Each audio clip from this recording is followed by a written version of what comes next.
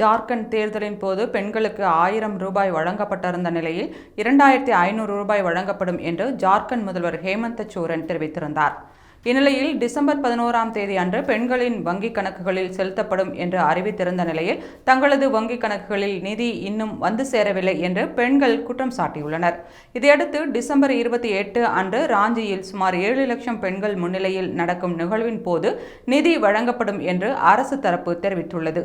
இதற்காக பெண்களை மாநிலம் முழுவதிலும் இருந்து அழைத்து வர பேருந்து வசதிகளை அரசு ஏற்படுத்தியுள்ளது.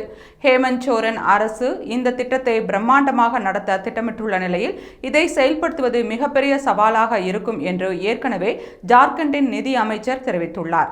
குறிப்பாக முதலில் 1000 ரூபாய் வழங்கப்பட்டிருந்த நிலையில் இப்போது 2500 ரூபாய் வழங்க திட்டமிட்டுள்ளதால் ஆண்டுக்கு 18 கோடி ரூபாய் செலவாகும் என்று கணக்கிடப்பட்டுள்ளது.